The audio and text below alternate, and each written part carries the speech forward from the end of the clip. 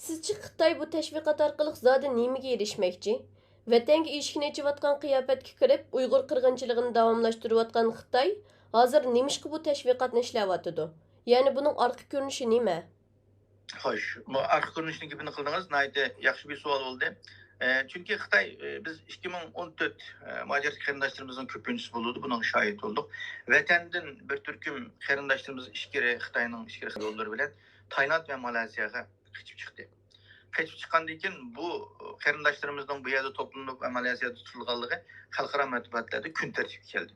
Kun tartibga kelgandan keyin Xitoy darhol buningga bir şekilde bunun aldığını eliş. Yani bu Xitayning nimasining bir qismeti, bir projektning bir qismeti.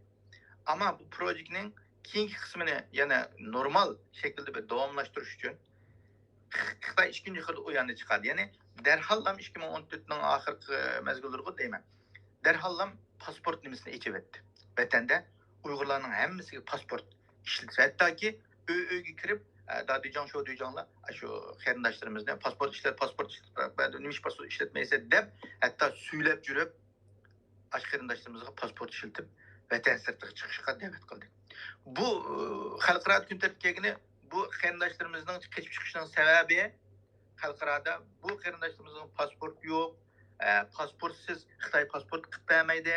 Xitoy pasport qilib bermagandan keyin u yerda zulmga va boshqa shakldagi nimalarga chidamay qarindoshlarimiz zulümden kaçıp bu şekilde kaçak yollar arkalı bu yere geldi diyenle xalqaro biz bundan anlatmadık. Xitoy yok, biz pasportunu çekti bulduk. Biz pasport bir vatanımız diyen şekilde Xitoy keng ko'lamlik pasport siyasetini devam kıldı. Devam kılgan dikim biz de haber aldım yazdık. Şu Xitoyning pasport siyasetinin keyinde bir yuşurun kolu var. Bu kolu bizge ziyan salıdı diyen şekilde haber mulayizini yazgan dikim. Bazılarının tepki geldi. Oy bu sen kızıkkense bu Xitoy pasport qilib dedim. Hem de qilib dedim o degan şekilde bizga bir savol kelgan bo'ldi.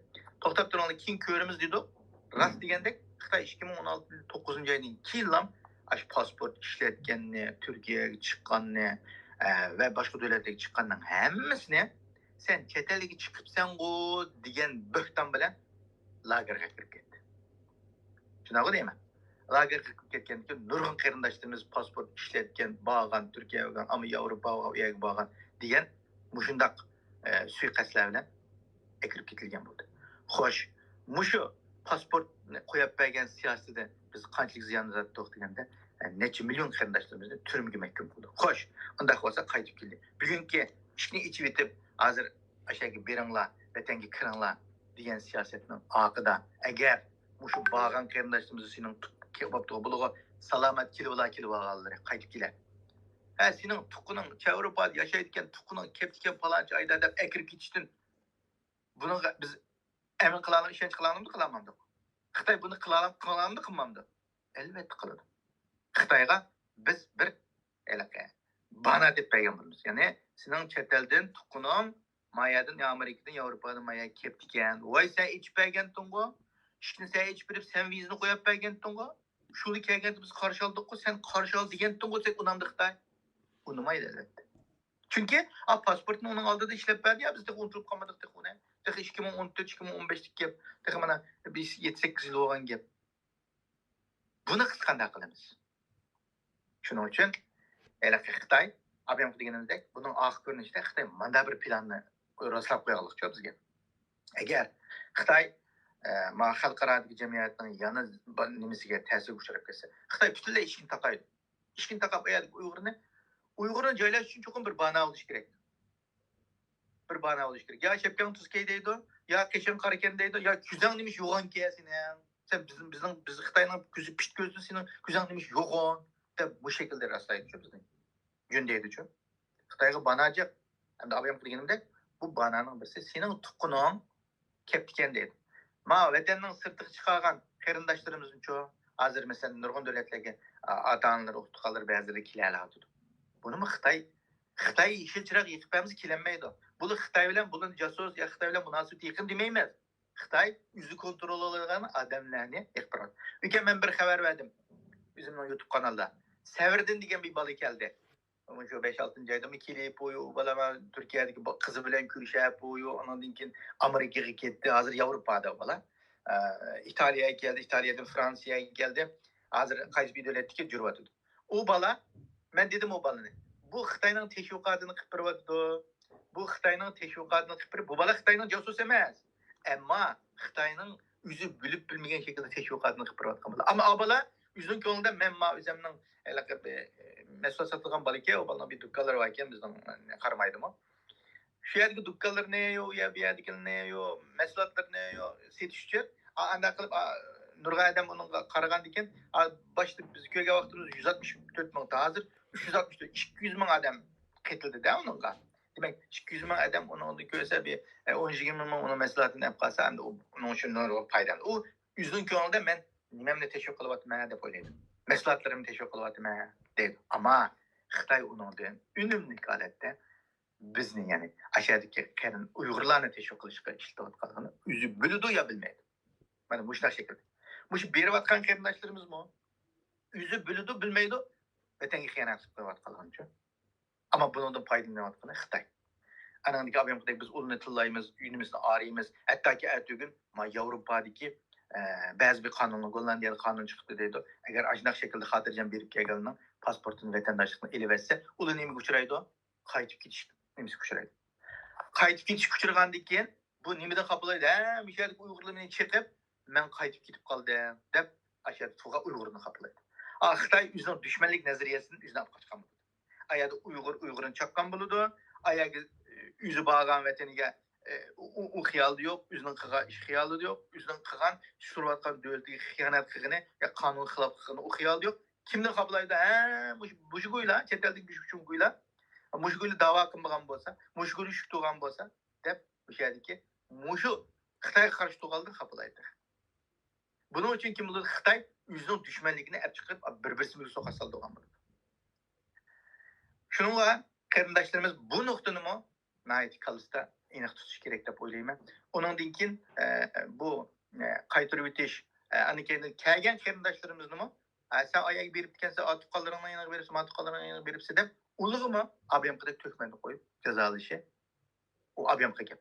Shunga tuqqanlar kelayotgan qarindoshlarga beriladigan tavsiyam, agar tuqqanlaringni chiqa olgan bo'lsa, tuqqanlaringni ap qilinglar amalga. Ap qilinglar, amalga aşağıya qaytish nima bermanglar, chunki ash tuqqanlaringni siz qutuldirib qolgan bo'lsizlar. Bish tuqqanlaringni olsa oldingizga chiqqanni siz qutuldirib qolgan bo'lsizlar. Ammo berayotgan qarindoshlarim, sizlar o'zingizga ziyon solsizlar, ayadagi tuqqanlaringizga ziyon solsizlar. Ayadagi tuqqanlaringni Xitoy, sening tuqqaning kelibdi Amerikadan yo u yerdan yo Yevropadan deb ayada kashal qilsa, miyada siz tug'an davlatingizning Yevropa qonunining falan hukm moddasiga asosan sizni yerda jazolab qaytaradi. Bizning yaqinda mana Shvetsiyada 6 mingdan ortiq ko'chmanni nimasini Shvetsiya vatandoshligini elib oldi. Ash pasport bo'lgan bizdek, ash dikildab ketib qolgandan keyin, ash voy men basam o'ttiriydi-da, meni Xitoy etib yutdi, meni Xitoy darg'aysi yutdi, balam turmada qoladi, men o'ttirdi meni Xitoy deb guvohlik bergan biz.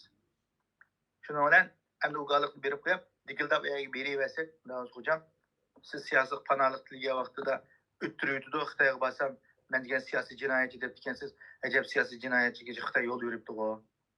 Unda olsa siz siyosiy jinoyat ekilgan pasportingizni deb gachida elib oladi. Shuning bilan anandan keyin bu yerda turamay askizdan chiqadi. Shuning bilan u siyosatda anandan keyin o'zingizmi qurbon bo'lgan bo'lsangiz, Xitoyning haliqi bir ma'lum sirtiga quloq degan gapi bor, bir turpanliq saqchidan. Shuni eslatib qo'yay. Men sizlarga deb qo'yay degan shu Xitoy saqchisi. Chet eldagi Yevropaga qochib ketgan gulning qo'ng'i tip bir-biridan akirma degan ash gibini unutib qolmanglar. U degani u sizni tutib bunda men patangizni tutib akirib ketmaydi. Mushtaq qismaqliga, mushtaq nimaliga akib turib, xalqning qo'lidan Xitoy jedo sharin deydi, ama xalqning pichqini ariyat edilib o'ttirma deydigan bir nimasi bor, ilmiy fikri bor. O'zining qo'lida emas, xalqning pichqini elib, xalqning pichqini o'ttirma deydigan. Xalqning qo'lida o'ttirmaydigan. Xalqning qo'lida o'ttirma degani bu shu. Yevropaning siyosati bilan bag'anni bizda joylaydi. Xitoy joylaydi deb, unga ayoq deb başta bir yakın karşı algan buludu. Vay sizin aşağıdaki bir üçün bu güyle satmagan bolsa, aşı paylancı teşkilatlar aşı az kılmagan bolsa siz de manda kılmaydı dep ayarı kapıp sizden bizge bir-birisimize düşman kıldı. Şu an mındaq düşmanlıkның aldını eleş, Xitayның mındaq düşmanlık ilmikirliginden saklanish üçün biz nayet nima qilishimiz kerak, dikkat qilishimiz kerak. Şuna Xitayның ilmikiri, sağlam, gepim qaytsa gepim yaman jiq dairine ketib qoldi, ayıp burma. Maqsadi Xitayның bunu axı ko'rinishda hamma Uyg'urni o'zining nimasiga tushirish. Ya'ni Xitayның eng 7 numaralık nimasining vücudining eng asosiy temasi chet eldagi Uyg'urlarni parchalab yo'qotish deydigan bir siyosat. Biz şumuş parçalab yo'qotishning nimasiga tushib ketganlar. Mana berayotganlar, ashuga Xitoyga iltimos sunayotganlar, Xitoyga berib kelsam bo'ldi deyotganlar va Xitoyga bölüp bilmay shaklda munofiqlik qilib pulga, ozg'ina pulga ishlayotganlar Xitoyning shu parchalab yo'qotish siyosatining bir qismi deb tushunsak bo'ldi. Rahmat.